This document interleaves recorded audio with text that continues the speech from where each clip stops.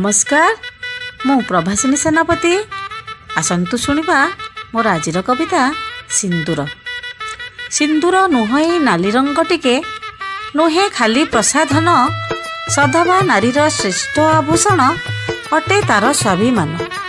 से रंग लगिले सीमंतरे थरे सबु रंग फिका लगे सुना अलंकार हीरा मोती हार सबु तुच्छ तार आगे।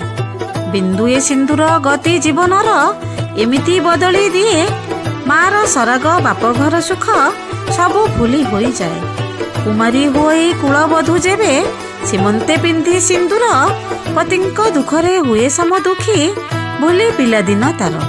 सार्थक होई नारीर जीवन जन्म तार हुए धन्य टोपाए सिंदूर करई सुंदर नारीर सारा जीवन।